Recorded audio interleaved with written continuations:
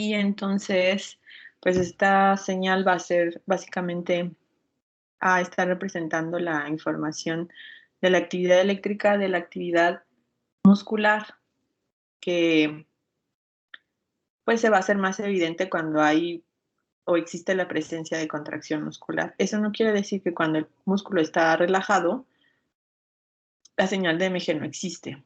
Sí, existe, está presente, pero se va a ver disminuida y va a aumentar su amplitud cuando hay contracción muscular. Aplicaciones de la señal de MG, pues en general,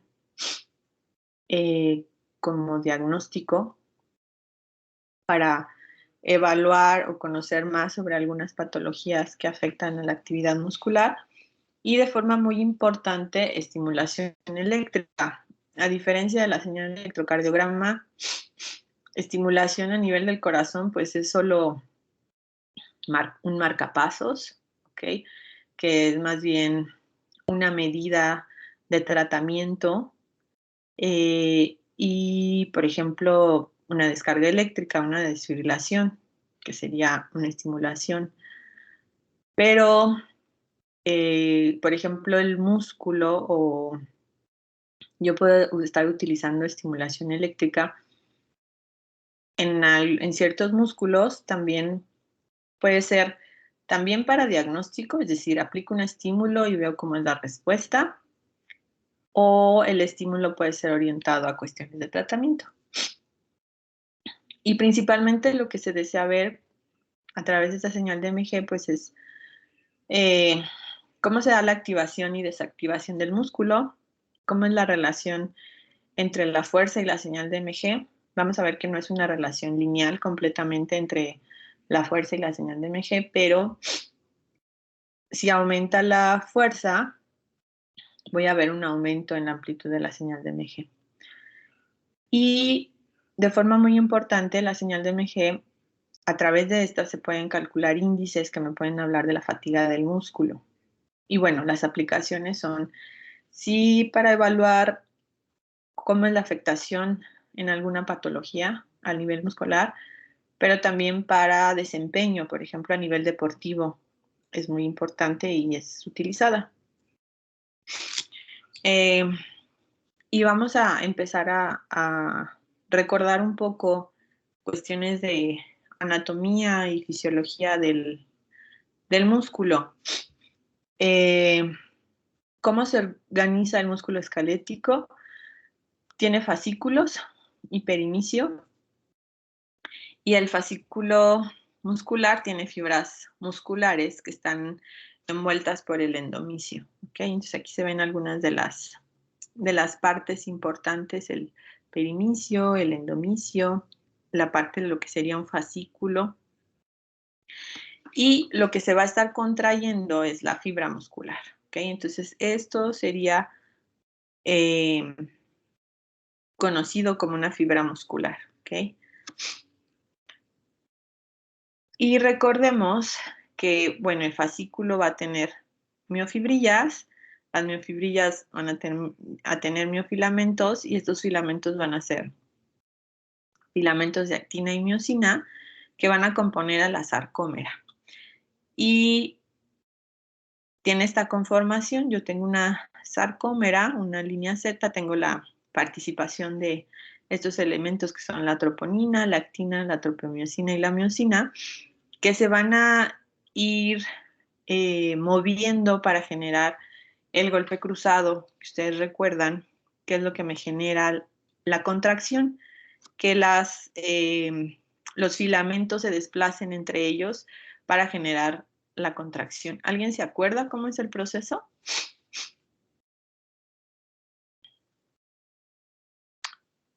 Bueno, no se acuerdan, pero sí lo han visto, ¿no? Sí lo vieron hace mucho tiempo en sus cursos Creo que sí lo pasados. vimos, pero no lo recuerdo yo, profesor, la verdad. Ok. Vamos a hablar un poquito sobre esto y ahorita les pongo un video para que sea más ilustrativo. Entonces, la idea es esa. Para cada señal tengo que entender cómo se genera, qué información estoy obteniendo a partir de la señal de MG Y después, ¿cuál es el proceso y la instrumentación necesaria para adquirir la señal? ¿Okay? Si me salto el cómo se genera para entender qué tipo de instrumentación necesito, por ejemplo, cómo es la amplitud, qué características tiene la señal, para determinar eso necesito entender la fisiología y cómo se genera la señal eléctrica. Entonces, todas estas señales bioeléctricas de las que vamos a estar hablando se generan a partir de potenciales de acción.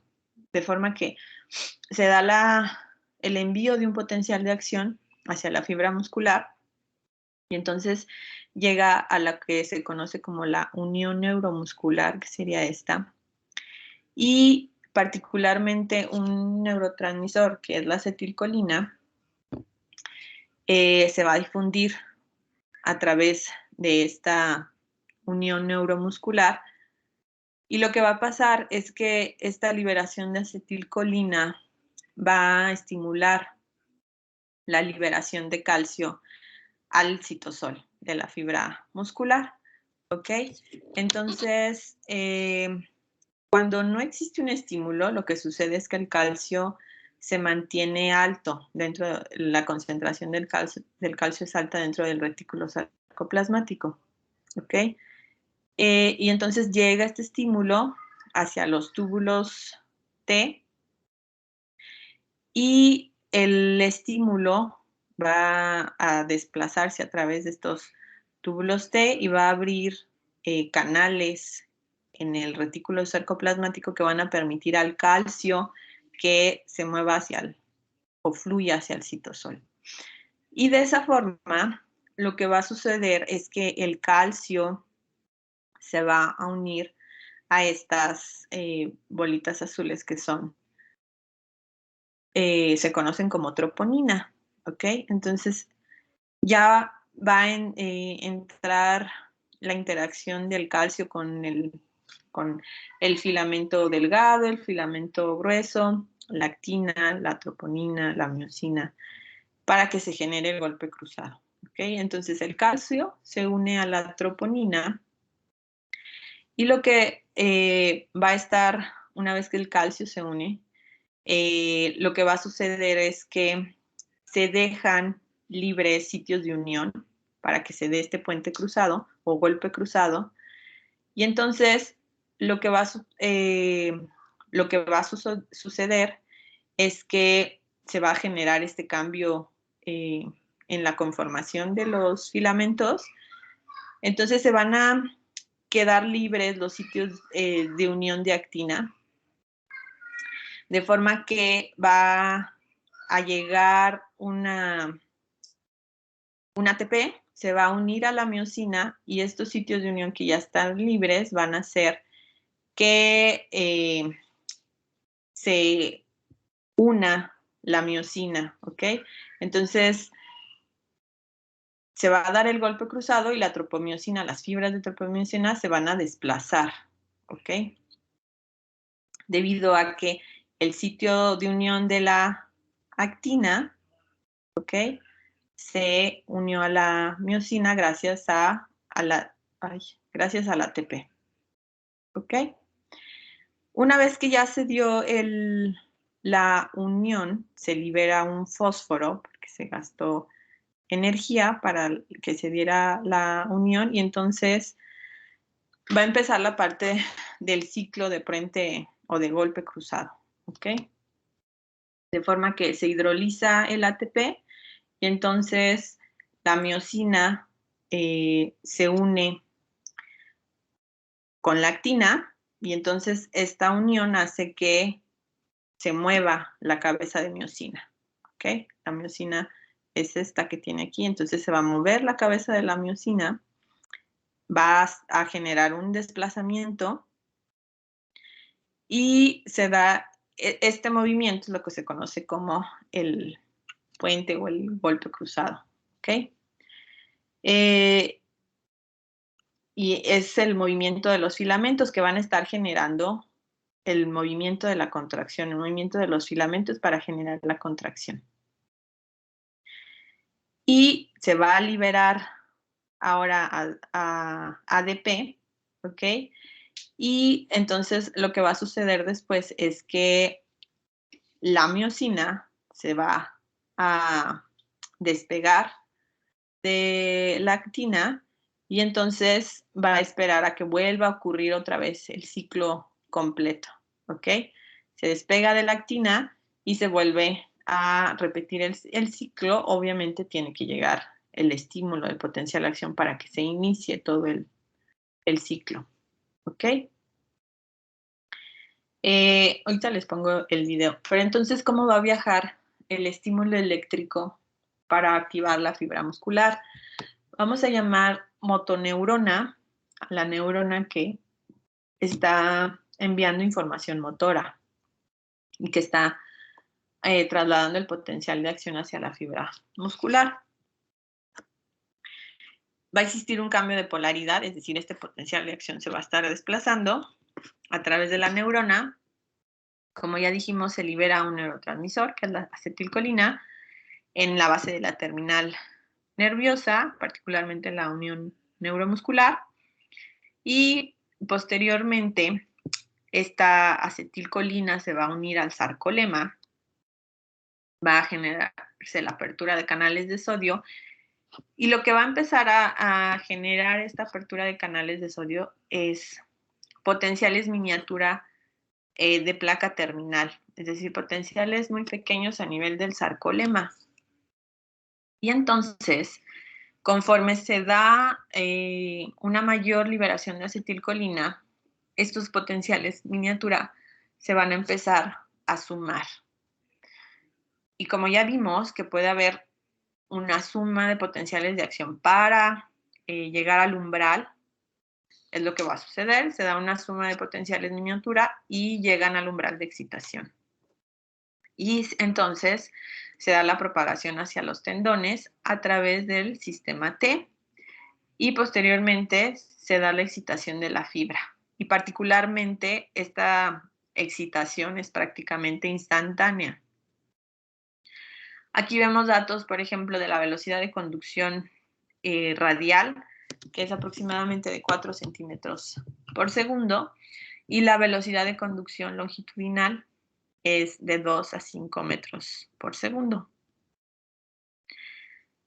Y aquí lo que observamos es cómo se va a estar viendo esta estimulación eléctrica a diferentes niveles, por ejemplo, a nivel del sarcolema o a nivel de los túbulos T, y cómo varía dependiendo del radio de los túbulos T. Este sería cómo se vería, por ejemplo, la propagación de la información eléctrica, el potencial de acción, dependiendo en qué estructura estoy o está viajando el potencial de acción. Y lo que observamos aquí es cómo en los túbulos T o en el sistema T, conforme va disminuyendo el radio, comparación de un radio de 50 micrómetros, que es la línea marcada con el número 2, y la línea marcada con el número 4, que es la más tenue. La del número 4 es 50 entre 20 micrómetros, tiene un radio mucho menor y se va a ver más retardado la generación del potencial de acción, ¿ok? Entonces va a influir el radio, particularmente de los túbulos T. Este es otro diagrama de lo que sucede. Se da la liberación de acetilcolina, se propaga el potencial de acción, se libera calcio a nivel del retículo sarcoplasmático y después se da todo el puente cruzado, ¿ok? Y bueno, se da el desplazamiento de los filamentos para que se genere el movimiento a nivel de las fibras musculares. El potencial de acción muscular va a diferir también del potencial de acción neuronal y del potencial de acción cardíaco. Va a ser más parecido al neuronal, no va a tener esta meseta como en el potencial de acción cardíaco, pero va a tener esta particularidad de tener una fase de repolarización larga y lenta. Esta fase de repolarización, es decir, va a tener su fase de despolarización y repolarización, pero más larga y más lenta.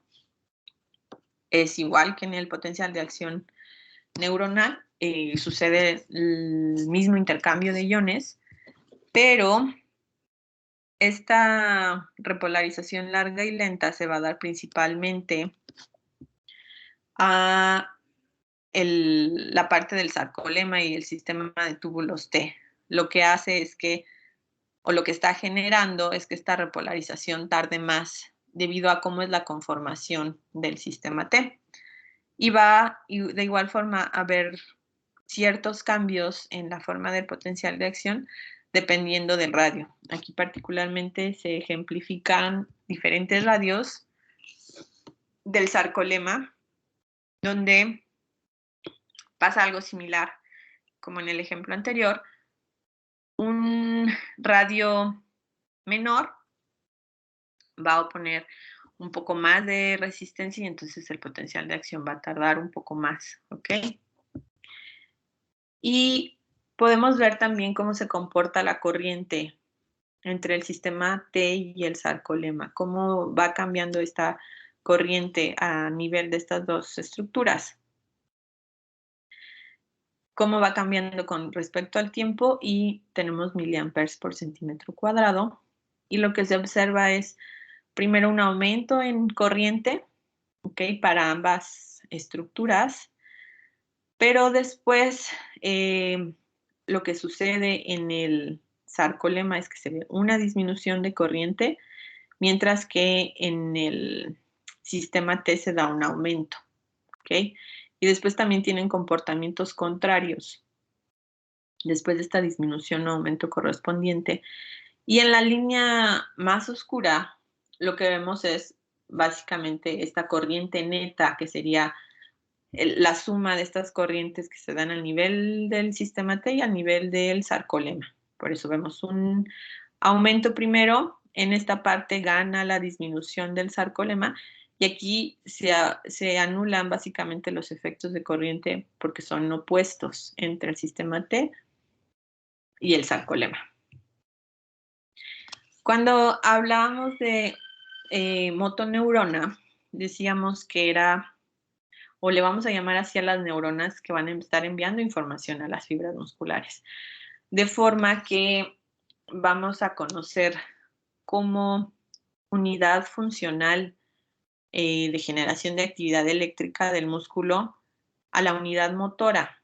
Y la unidad motora va a estar conformada por una motoneurona, su axón y todas las fibras musculares a las que estimula, con las que se comunica. Todo este conjunto, motoneurona, axón y fibras musculares, se va a conocer como unidad motora. ¿Ok? Y es importante remarcar que, por ejemplo, obviamente dependiendo del músculo, va a tener mayor o menor número de unidades motoras, pero un músculo puede llegar a tener de entre 10 a 1000 unidades motoras y una unidad motora está compuesta por fibras musculares, entre 10 y 2000 fibras del mismo tipo. Vamos a ver diferencias también entre tipo de fibras musculares. ¿Ok? Por eso, ahorita lo vamos a retomar, por eso cuando hablábamos de electrodos invasivos, decíamos que iba a ser muy complicado estimular a una sola fibra muscular. En general se va a estimular un conjunto de fibras musculares de forma invasiva. Cuando es de forma no invasiva, estamos hablando de miles de fibras musculares que se está, en el caso de que sea estimulación eléctrica, se están estimulando y en el caso de que se está adquiriendo la información, pues es información de miles de fibras musculares.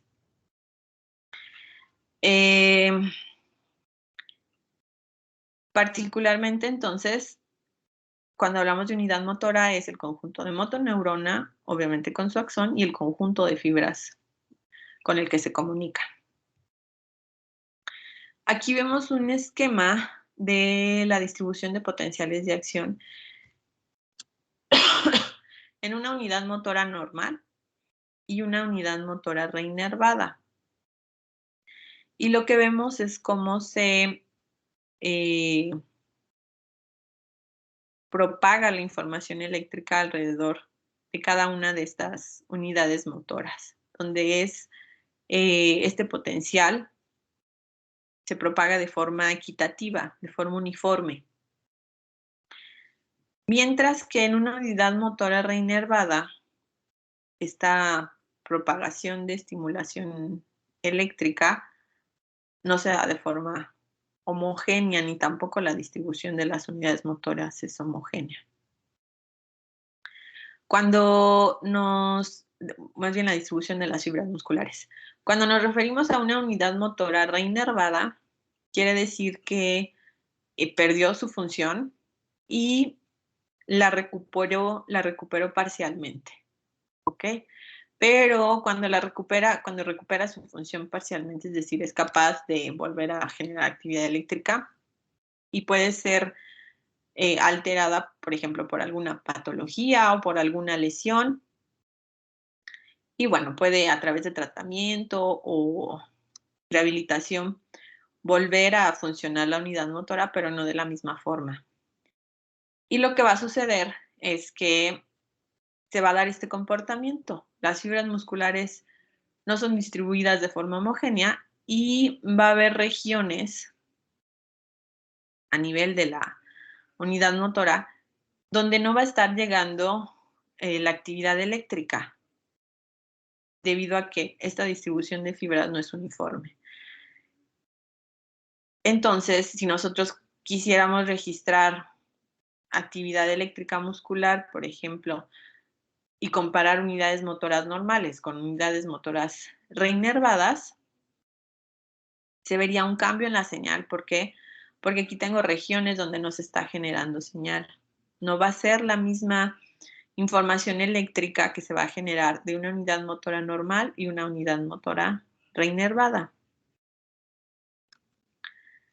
Pasando a hablar ahora de unidades motoras, dijimos que las unidades motoras están conformadas por fibras musculares. Entonces puedo tener conjunto de fibras lentas o rápidas, básicamente. Ya hemos mencionado que una unidad motora puede tener pocas fibras musculares hasta miles de fibras musculares, ¿ok? Obviamente depende del tamaño del músculo. Por ejemplo, a nivel de los músculos de los ojos, voy a estar o van a estarse generando contracciones finas, de forma que se van a tener alrededor de conjuntos de pocas fibras musculares, ¿no? De 3, por ejemplo, por cada músculo. Mientras, o por cada unidad motora más bien. Mientras que en los músculos de las extremidades voy a tener un promedio de 120 fibras por cada unidad motora. ¿Ok? Entonces cambia mucho la relación de número de fibras que tiene una unidad motora, obviamente dependiendo del tipo de músculo que se está queriendo adquirir la información eléctrica. Ahora, estos dos tipos de unidades motoras básicamente van a ser unidades motoras aeróbicas o tónicas, que van a tener estas características, van a ser grandes y van a tener baja excitabilidad, y entonces van a tener movimientos lentos y van a tener una velocidad de propagación de 60 a 120 milisegundos.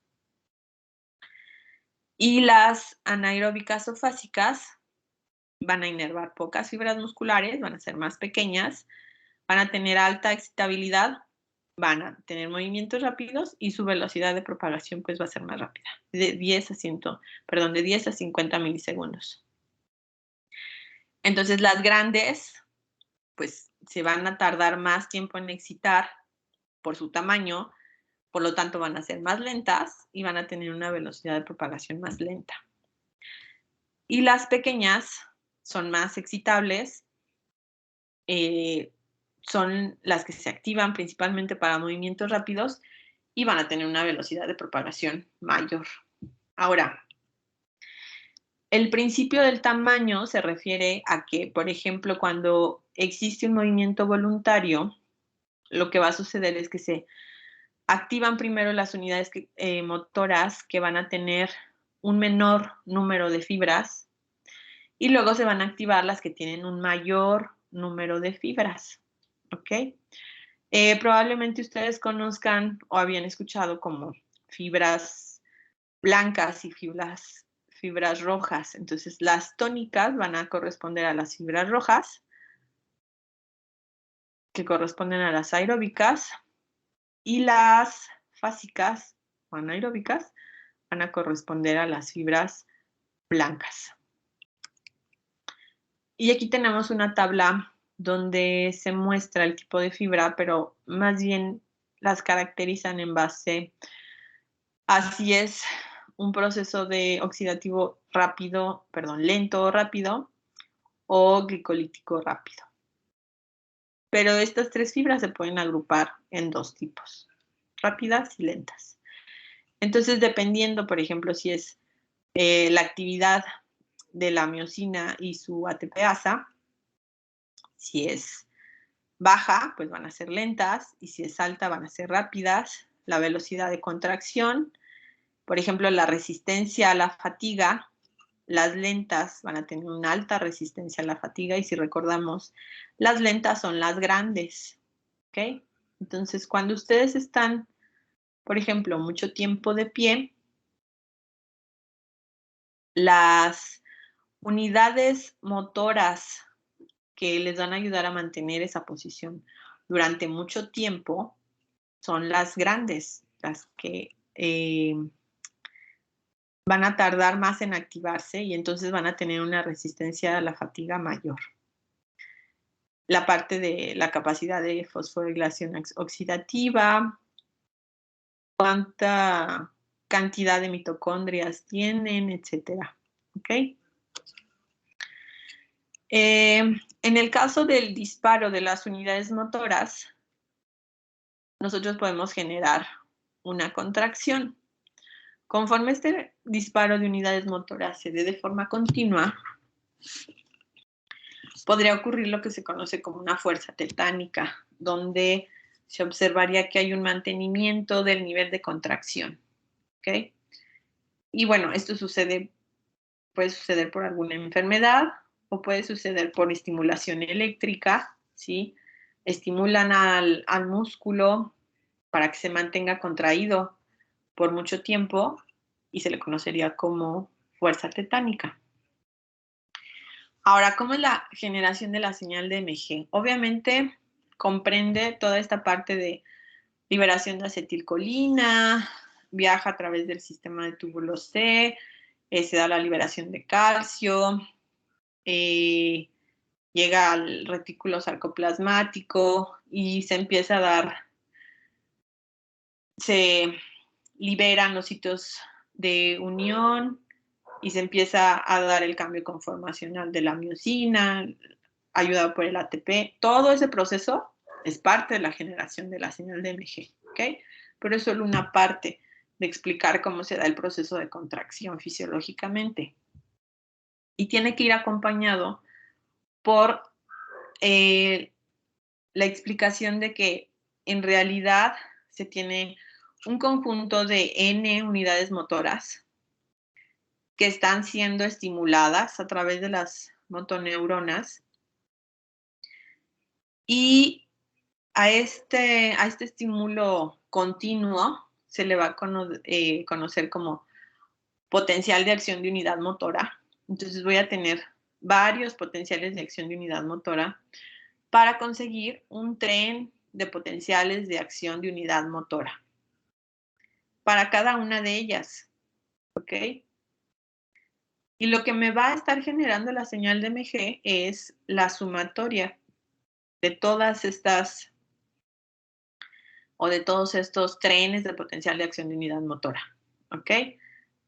Voy a estar viendo en la señal de MG una sumatoria de actividad eléctrica que corresponde a la actividad eléctrica que se genera por la estimulación de unidades motoras. De forma que en la señal de MG, pues en realidad yo veo mucha información, muchas oscilaciones, sin ninguna morfología o patrón característico como la señal de SG. ¿Por qué? Porque estoy viendo una sumatoria de actividad que están generando un conjunto muy grande de unidades motoras. ¿Ok? En este caso estoy hablando de una señal externa, es decir, una señal que estoy adquiriendo de forma no invasiva. ¿Ok? Entonces estoy viendo la actividad eléctrica de varias unidades motoras y recordemos que una unidad motora es el conjunto de la motoneurona y varias fibras musculares. Entonces tengo muchísima información porque cada una de estas unidades motoras es un conjunto de fibras musculares. ¿Ok? De forma que la señal de MG es información sumada de miles de fibras musculares. Y entonces el modelo de generación de la señal de MG es acompañado por toda la parte fisiológica de cómo se va generando la contracción. Que esta contracción pues va a ir cambiando este disparo de potenciales de acción y obviamente va a modificar esto que se conoce como trenes de potencial de acción de unidad motora. Además, a nivel de MG se pueden tener potenciales de unidad motora a diferentes niveles de contracción.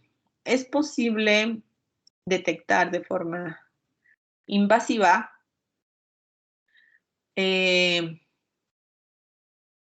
información eléctrica originada de unidades motoras individuales de forma invasiva. ¿Ok? Eso no es posible de forma externa o de forma no invasiva.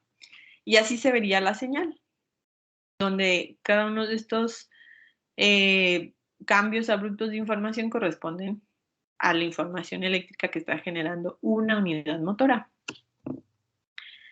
Conforme se da el reclutamiento de estas unidades motoras, es decir, aumenta el nivel de contracción, se va viendo un cambio en esta información que se va registrando. Va aumentando la contracción y se va viendo más actividad eléctrica porque se empiezan a activar más unidades motoras, más fibras musculares, hasta que ya no es posible detectar la información eléctrica correspondiente a cada una de estas unidades motoras. ¿Okay? Si se dan cuenta, aquí yo estoy hablando de información de unidades motoras, no de fibras musculares individuales.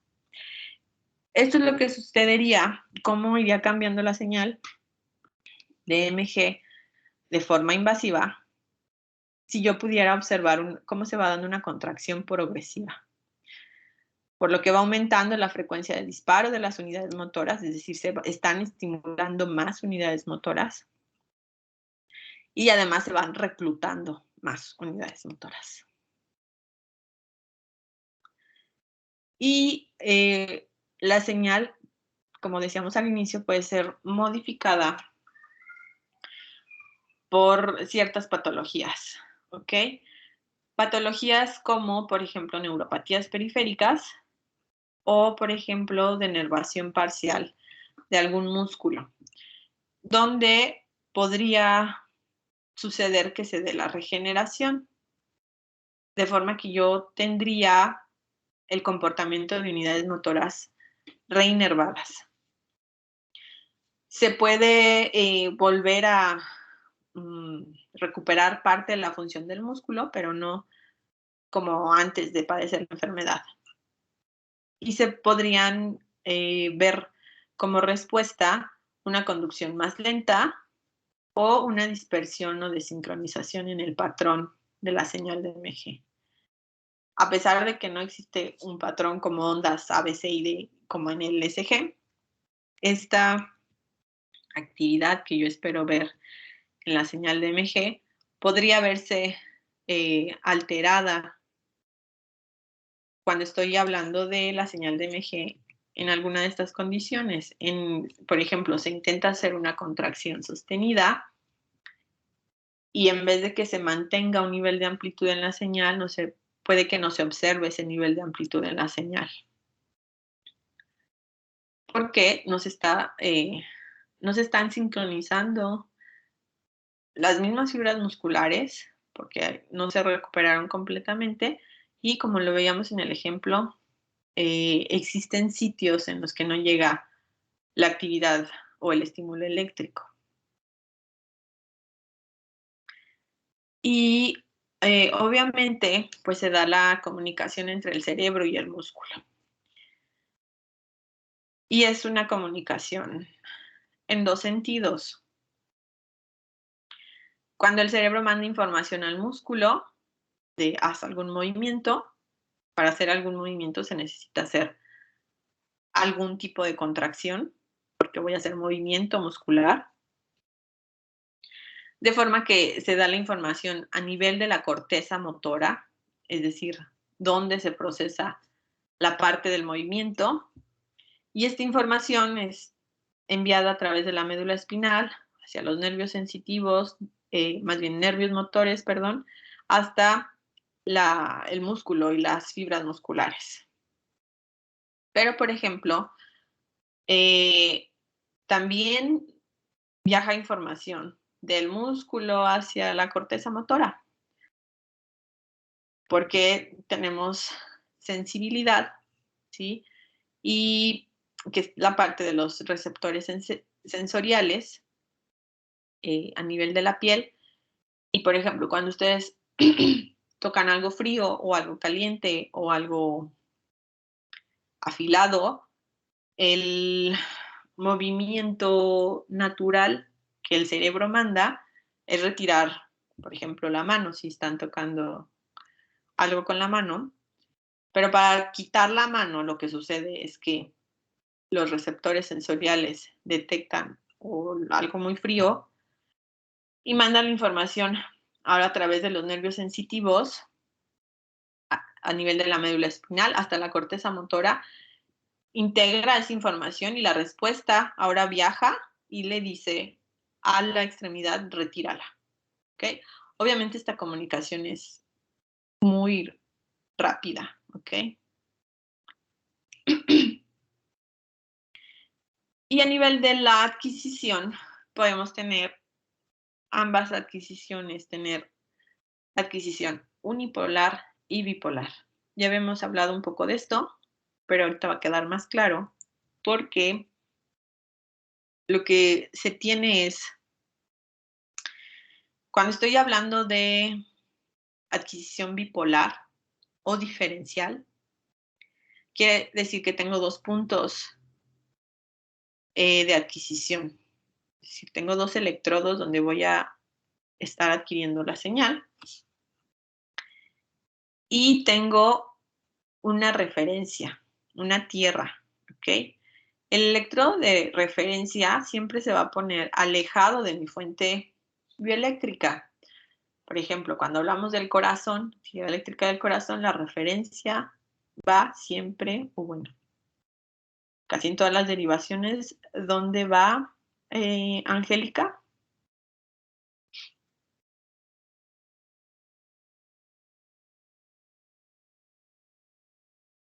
¿Quién me dice dónde va la referencia?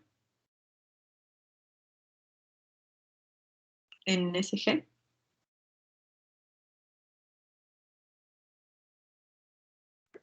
Sí, Rocío. En la pierna. ¿En cuál? En la derecha. En la pierna derecha. Y en este caso, para la señal de MG, pues voy a poner mi referencia donde no tengo músculo. Generalmente es en una articulación, ¿ok? Por ejemplo, aquí en la rodilla.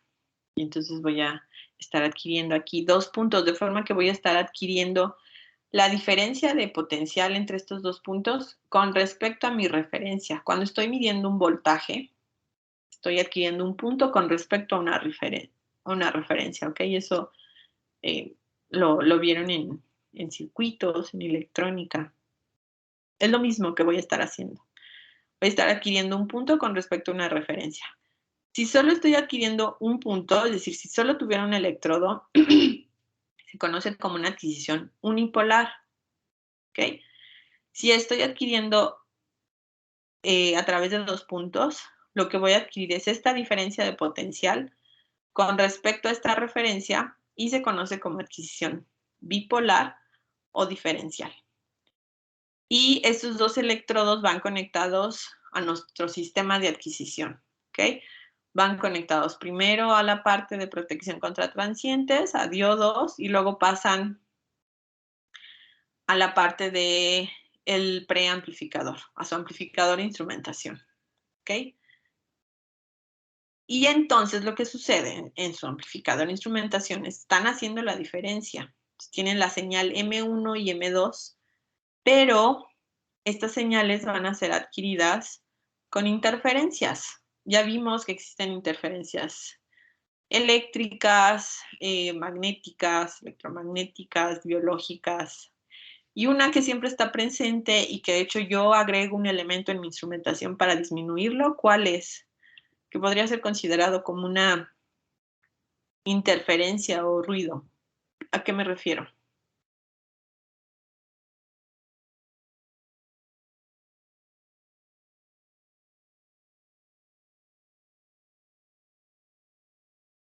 ¿A qué me refiero, Lucía?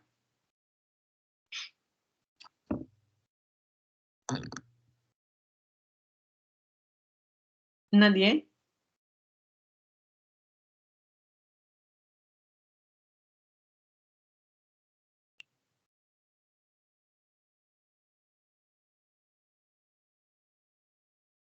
Al voltaje en modo común, ¿ok? Entonces, este ruido que yo puedo estar adquiriendo en los electrodos, generalmente va a ser el mismo que adquiero para el electrodo 1 y para el electrodo 2. De forma que tengo en mi señal M1 más el ruido y mi señal M2 más el mismo ruido. Y cuando hago la diferencia de estas señales, pues lo que voy a disminuir es este ruido. Matemáticamente me va a quedar M1 menos M2 solamente. En la práctica no quiere decir que todas las adquisiciones bipolares o diferenciales eliminan el ruido de forma perfecta, pero una adquisición de forma bipolar va a tener menos interferencia que una adquisición unipolar.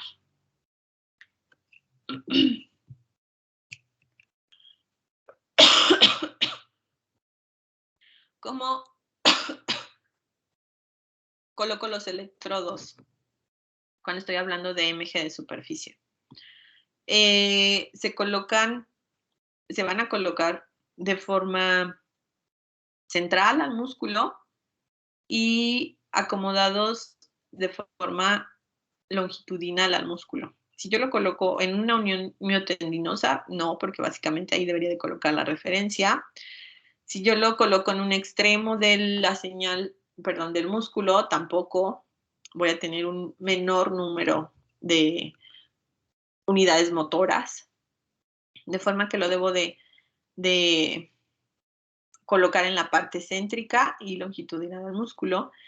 Y si yo pudiera registrar la señal de MG en todos estos sitios, vería cómo va cambiando la señal, y donde tiene una mayor amplitud, pues va a ser en el lugar céntrico y longitudinal. Y yo podría ver también el contenido en frecuencia de la señal y el contenido en así podría revisar que estoy colocando bien mis electrodos a través del contenido en frecuencia de la señal. Yo voy a ver el contenido en frecuencia esperado para la colocación de electrodos adecuada, ¿ok? Este contenido en frecuencia no va a ser el esperado y se va a ver distorsionado si lo coloco en un sitio que no es apropiado. Y yo puedo tener diferentes electrodos puedo tener electrodos bipolares de aguja y de superficie. Cuando hablábamos de electrodos de aguja, pues ya vimos algunos ejemplos y puedo tener, por ejemplo, para fibra individual, para adquisición monopolar o concéntricos. Y estos son un ejemplo de electrodos de aguja, electrodos invasivos.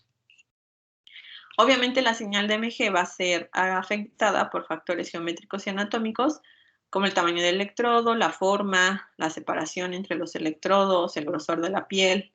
Si los electrodos no están alineados con la fibra muscular y obviamente factores fisiológicos. La temperatura, el tipo de contracción y el número de unidades motoras. Todo esto va a afectar a la señal de electromiograma. Algunas ventajas de electrodos de superficie pues son fáciles de aplicar, no son incómodos y se pueden recolocar de forma sencilla. Desventajas pues que solo son para músculos superficiales, no hay estándares para su colocación y obviamente pues dado que es actividad muscular va a haber muchos artefactos de movimiento.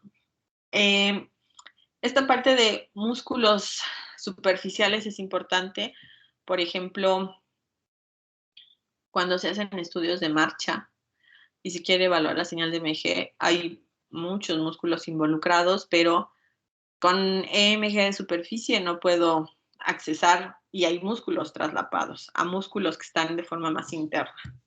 No se puede. Normalmente los electrodos van a tener una colocación de distancia entre ellos cuando es bipolar de 1 a 2 centímetros.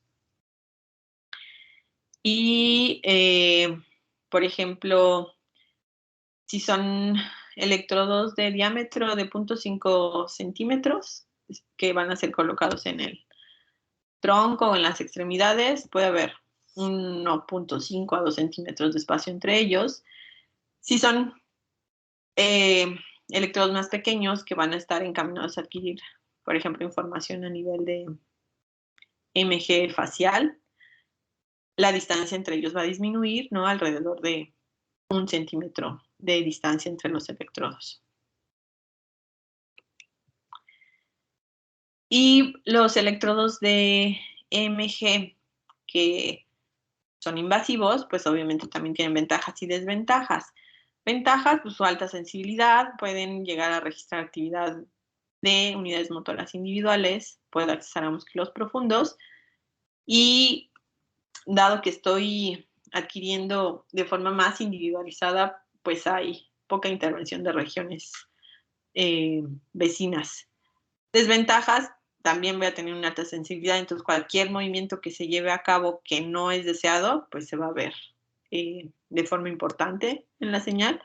Y obviamente, pues se requiere personal capacitado para colocar los electrodos y la reposición, básicamente se tendría que llevar a cabo otra vez todo el proceso. ¿Okay? Una vez que ya se insertó el electrodo, si no se colocó bien, se tiene que volver a sacar y volver a colocar. En cuanto a la amplificación, un registro monopolar. Regresémonos a la imagen. Si yo coloco un electrodo, decíamos, voy a estar midiendo ese punto con respecto a la referencia. De forma que voy a estar generando o midiendo una región más amplia de la actividad muscular. Si estoy adquiriendo 2 puntos con respecto a una referencia, entonces voy a estar adquiriendo información más puntual. ¿Ok? Por eso la adquisición bipolar o diferencial es más selectiva. Características de la amplificación, pues voy a tener una impedancia de entrada, quiero alta, una impedancia de entrada alta de al menos 100 megaohms, una relación de rechazo en modo común al menos de 90 decibeles. ¿Cómo se calculaba la relación de rechazo en modo común? ¿Quién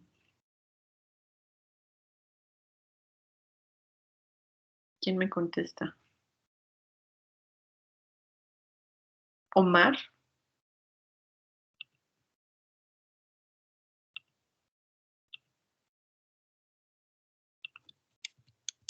No recuerdo, doctora. ¿Quién me sabe decir? Sería con lo de 20 logaritmos por la ganancia del amplificador y ganancia en modo común. Entre. Ok.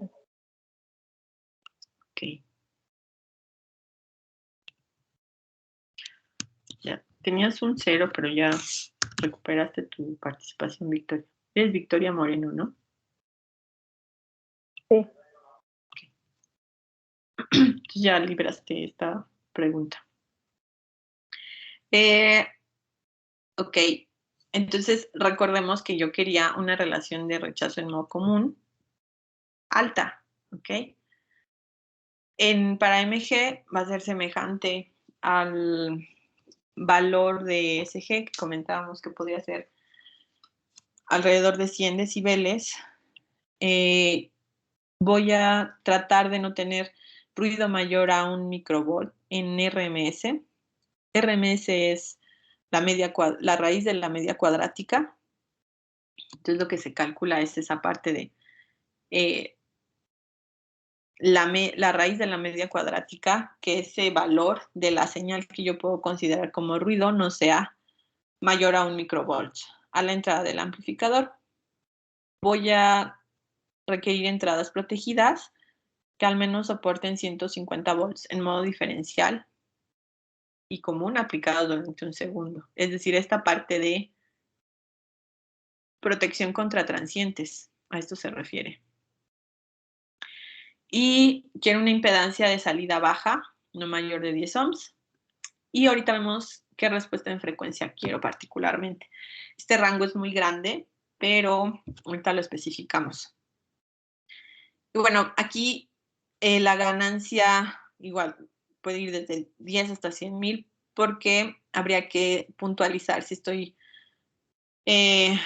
adquiriendo de forma invasiva o no invasiva. Si estoy adquiriendo de forma externa, de forma no invasiva, voy a necesitar una ganancia semejante a la del SG, alrededor de 1000 o incluso menor. Y bueno, la amplitud de la señal, pues obviamente si estoy hablando de señales adquiridas de forma invasiva, pues es del orden de microvolts, y si son no invasivas, del orden de centenas de milivolts, ¿no? 90 milivolts. Por eso no se requiere una gran amplitud y podría funcionar su amplificador de instrumentación que diseñan para el SG, podría funcionar para la señal de MG en cuanto a amplitud. Hablemos ahora sí del contenido en frecuencia de la señal para saber cómo la voy a filtrar. Yo lo que quiero era aumentar la relación señal a ruido, porque ya les expliqué qué era eso, señal a ruido, ¿verdad? Creo que sí. Sí. Y yo quiero disminuir la interferencia de 60 Hz y obviamente no quiero interferencias biológicas como la señal de CG o pudiera ser la señal de eje y tampoco interferencia entre zonas. Aquí, particularmente, para hablar del rango de frecuencia de la señal, si estoy hablando de superficie, es decir, adquisición no invasiva, su rango va a ir en realidad de 0 a 500 Hz. Ahorita vemos por qué de 20 a 500 Hz. ¿Ok? Y su amplitud va de 50 microvolts a 5 milivolts. Si yo le pongo un filtro de 60 Hz, pues va a caer aquí en medio, ¿cierto? Entonces será de ahí la importancia de decidir, ¿le coloco un filtro de 60 Hz, sí o no? ¿Y cómo diseño ese filtro para que no pierda información importante de mi señal? Para electrodos internos puede ir desde 10 o en el rango de 10 Hz hasta 1 a 10 kHz para tener potenciales de acción de unidad motora, ¿ok?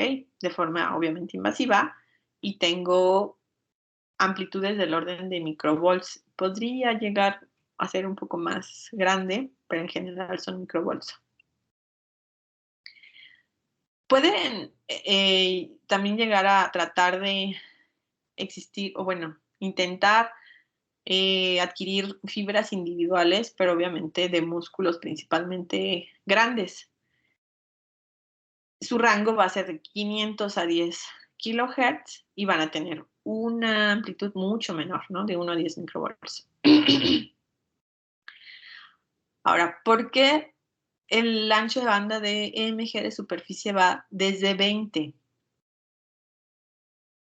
Puede ir desde 10 o 20 Hz y se corta en esa frecuencia, es decir, se eliminan bajas frecuencias, porque en bajas frecuencias se encuentra información básicamente de artefactos de movimiento. Al momento de eliminarlos, pues estás eliminando artefactos de movimiento, por eso se considera que el ancho de banda de la señal de EMG va desde 20 a 500 Hz. Ustedes pueden encontrar en literatura, a lo mejor en artículos que filtraron a partir de 10 o filtraron a partir de 20, pero lo importante es que están quitando bajas frecuencias para eliminar artefactos de movimiento. Adicionalmente, aquí les pongo el rango en frecuencia del músculo liso. ¿Cuál sería músculo liso?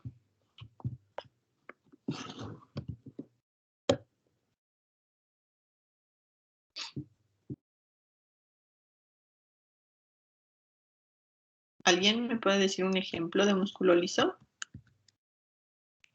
¿O... ¿Puede ser el estómago? Ajá. ¿Cuál otro?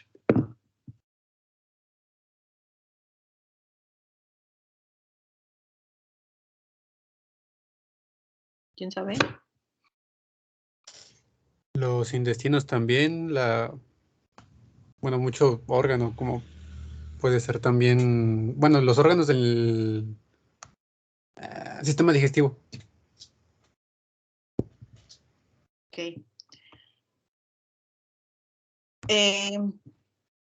Por ejemplo, hay mucha investigación al respecto de actividad de EMG para evaluar qué pasa con las contracciones uterinas, para evaluar toda esta parte de, obviamente, del parto. Y en realidad hay un patrón de contracción, ¿no? Se empieza a contraer el útero con cierto orden, y cuando no se ve ese orden en cómo se va llevando la contracción, eso sugiere que algo está ocurriendo de forma que no es adecuada. Y bueno, se trata de monitorizar esa parte para, pues, entender mejor esta parte del parto, de las contracciones y, pues, poder disminuir el número de complicaciones a nivel del parto. El útero tiene músculo liso, ¿ok? Entonces, si queremos estudiar ese tipo de señales, el patrón de contracciones uterinas en un trabajo de parto, yo no podría utilizar este rango de frecuencia. Tendría que usar, su rango de frecuencia va de 0.01 a 1 Hz. ¿Ok? Y obviamente el filtrado de la señal pues va a afectar a mi señal, ¿cierto? Yo puedo tener un nivel de ruido en la señal y dependiendo también del orden del filtro, va a mejorar el resultado del filtrado de la señal. ¿Van bien? ¿Sigo? ¿Quieren 5 minutos?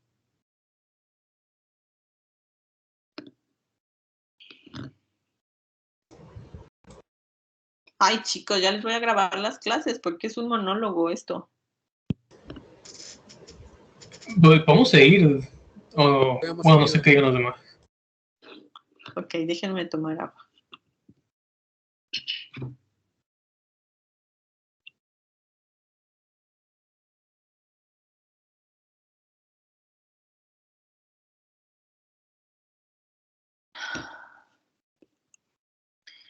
Bueno, y entonces vamos a hablar ahorita un poco del contenido en frecuencia de la señal.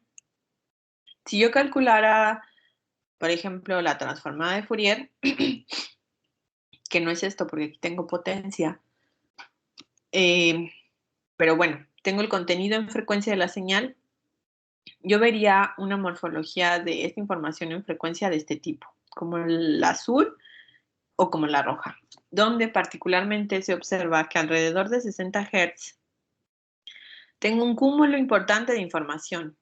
Por eso, para la señal de MG particularmente, es importante decidir si es apropiado aplicar el filtro de 60 Hz, porque particularmente en ese rango tengo mucha información.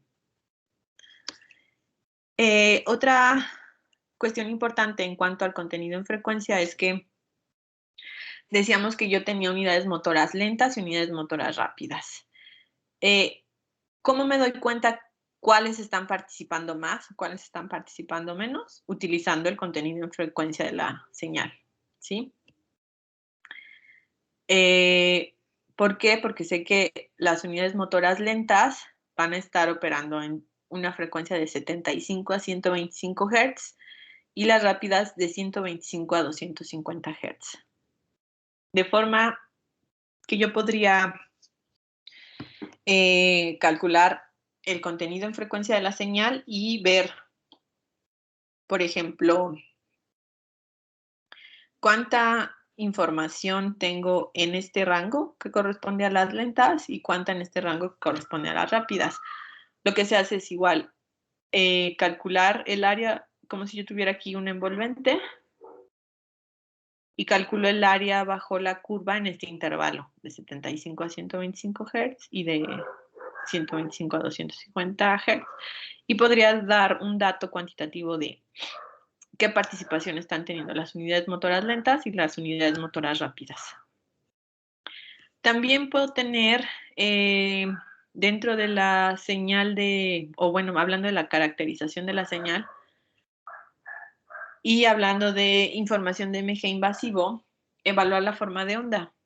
Puedo evaluar, por ejemplo, podría tener un patrón parecido a este, que se parece a lo que teníamos en la diapositiva donde se iba dando la contracción progresiva.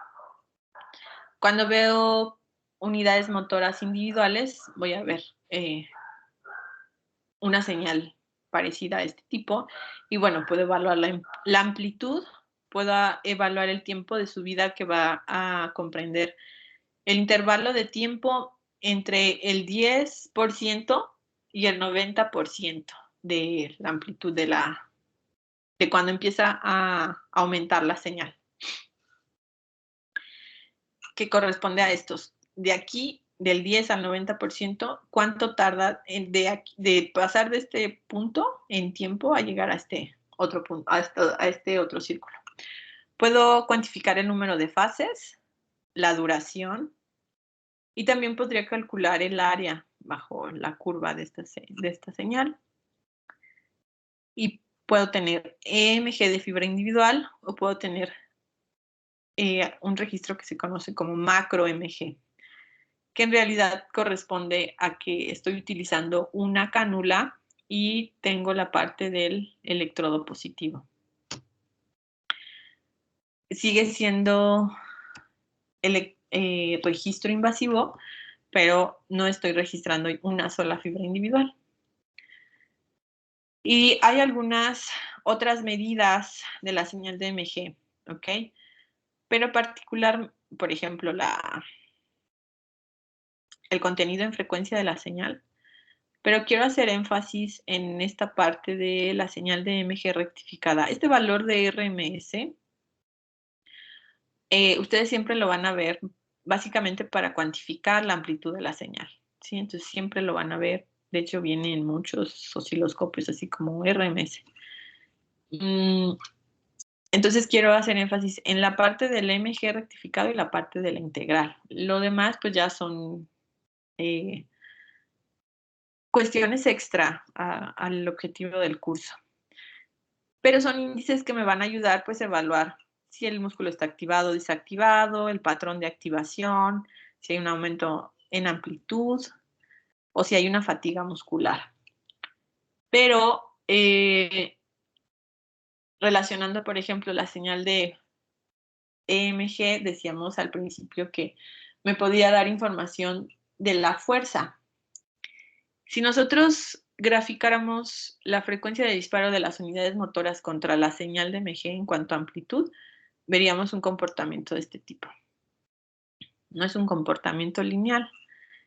Y de igual forma, la frecuencia de disparo de las unidades motoras contra fuerza tampoco tiene un comportamiento lineal.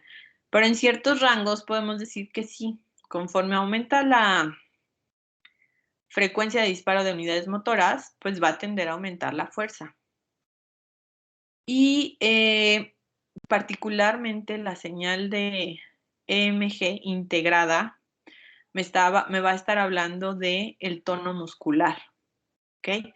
¿Qué nivel de tono muscular existe? Lo voy a poder evaluar a través de calcular de la señal de integral o calcular la integral de la señal de EMG. ¿Ok? Y la fuerza podría estar relacionada con la amplitud de la señal de EMG, pero ya vimos que no es una relación lineal. Existen métodos para estimar la fuerza a partir de la señal de EMG, pero generalmente requieren mediciones muy específicas del tipo de músculo. Pero suele asociarse que conforme aumenta el nivel de contracción, aumenta, por ejemplo, el nivel de fuerza. Pero no es una observación válida, ¿ok? Porque no siempre se cumple. Entonces, sí puede llegar a sugerirse, pero no es una conclusión. Tendrías que hacer una demostración básicamente para decir que eso sucede. Y aquí vemos un ejemplo de esta fuerza que se puede calcular con la contracción máxima voluntaria. Esta parte de contracción máxima voluntaria se utiliza mucho para hacer evaluación de señales en diferentes sujetos, porque yo puedo tener un sujeto que tiene más, al realizar una contracción, llega a un nivel de fuerza mucho mayor con respecto a otro, a pesar de que tengan, por ejemplo, las mismas características de masa muscular, por ejemplo. Y entonces lo que se hace es tratar de normalizar con respecto al 100%. Entonces, lo que se hace es pedirle a cada sujeto que haga su contracción máxima voluntaria y ese va a ser su 100%. De forma que si el protocolo dice, de hecho es lo que se hace en la práctica, se calcula la contracción máxima de voluntaria de un sujeto y se le pide que vaya incrementando 20%. Es decir, de ese 100% que llegó, no sé, por ejemplo, cuando hizo su contracción máxima voluntaria alcanzó 10 kilogramos. Y entonces esos 10, por ejemplo, dividirlo en 5 intervalos y entonces que vaya aumentando gradualmente, primero a 2, a 4, etcétera, kilogramos. Pero entonces, y eso se podría hacer para muchos sujetos y ver, por ejemplo, qué sucede con la señal de EMG. Pero no va a ser fijo que todos los sujetos lleguen a 10 y entonces en cada segmento todos deben de alcanzar 2, 4. Sino ese 10 es el porcentaje, es el 100% de contracción máxima voluntaria para mi sujeto 1, pero a lo mejor el sujeto 2 hizo 12 y el sujeto 3 hizo 9 y el sujeto 4 hizo 8. Entonces esos diferentes valores son el 100% de cada sujeto y el protocolo más bien es que tienen que alcanzar en cada nivel de contracción el 20%, el 40%, el 60%, etcétera, con respecto a ese 100%.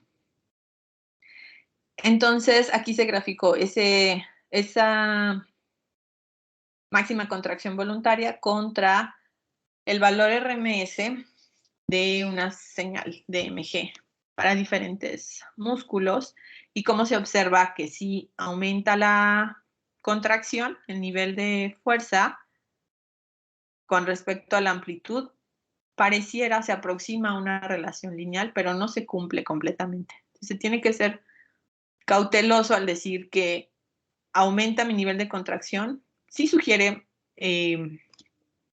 una mayor amplitud, pero no es una relación directa. ¿Okay? Entonces, eso hay que dejarlo muy claro. Otra parte, cuando yo calculo la señal integrada de MG, ¿con qué me quedo? Si yo calculo la integral de la señal de MG, ¿cómo se vería mi resultado?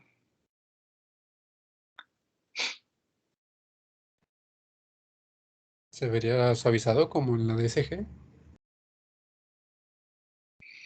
¿Calcularon la integral de la señal de SG? Ay, no, no fue la DSG. Ay, no, perdón.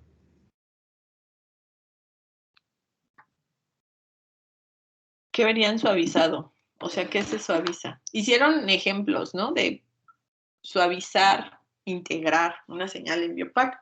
Entonces ya deberían de poder decirme qué resultado vería si yo integro esta señal de MG. De hecho, yo creo que se los dije en la sesión de Biopac. ¿Qué les dije? Ay, chicos, ¿qué sucede? ¿No han comido? ¿Y están cansados? ¿Qué pasa? Bueno, no es que solo hoy, ¿no? En general.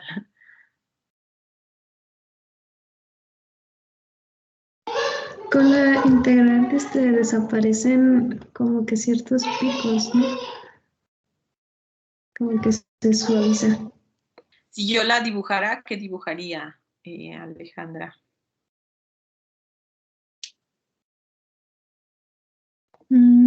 Se vería como en sí la misma figura, pero más como en los picos va más como en línea recta.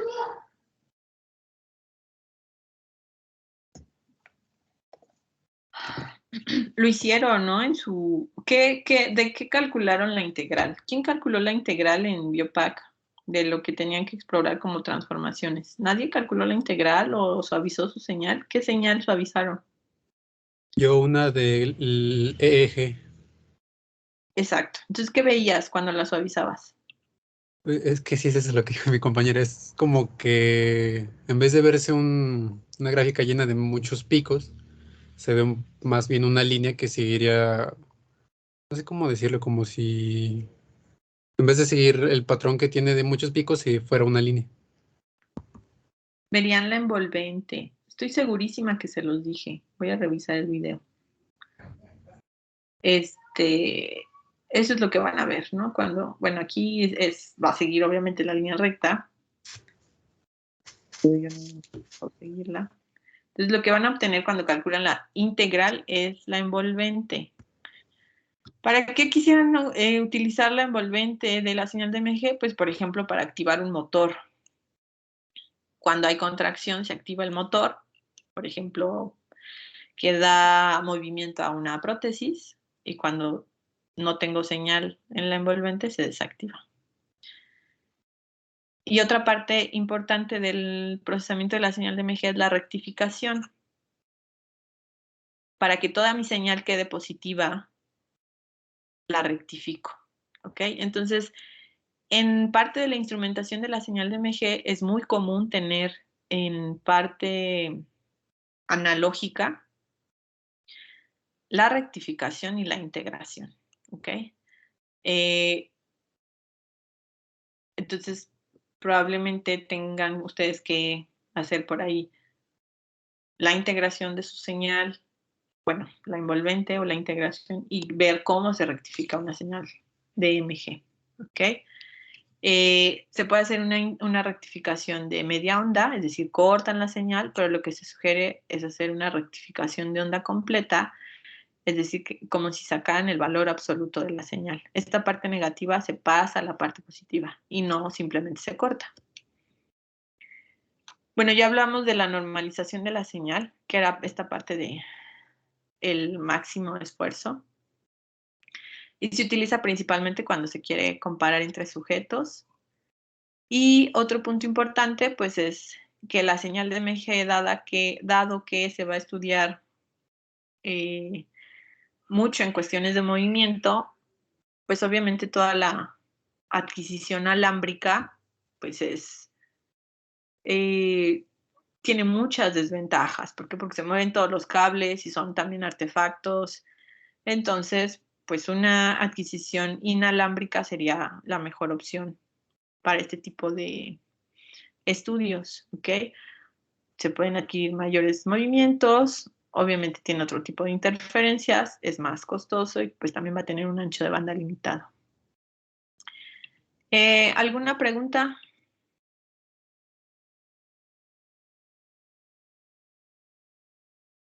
¿No hay preguntas? Una pregunta. Cuando salió solo la parte positiva de la señal, ¿cómo se llamaba lo que se le aplicó? Rectificación, un rectificador. Ok. Un rectificador de onda completa o de media onda.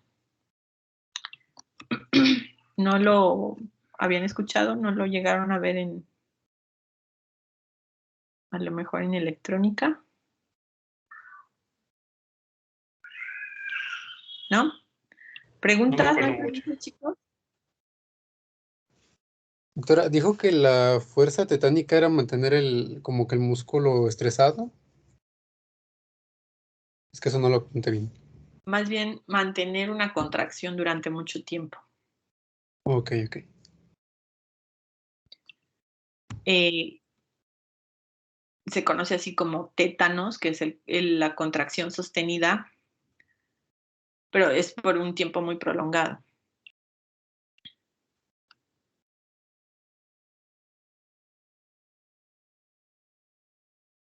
¿Alguna otra pregunta?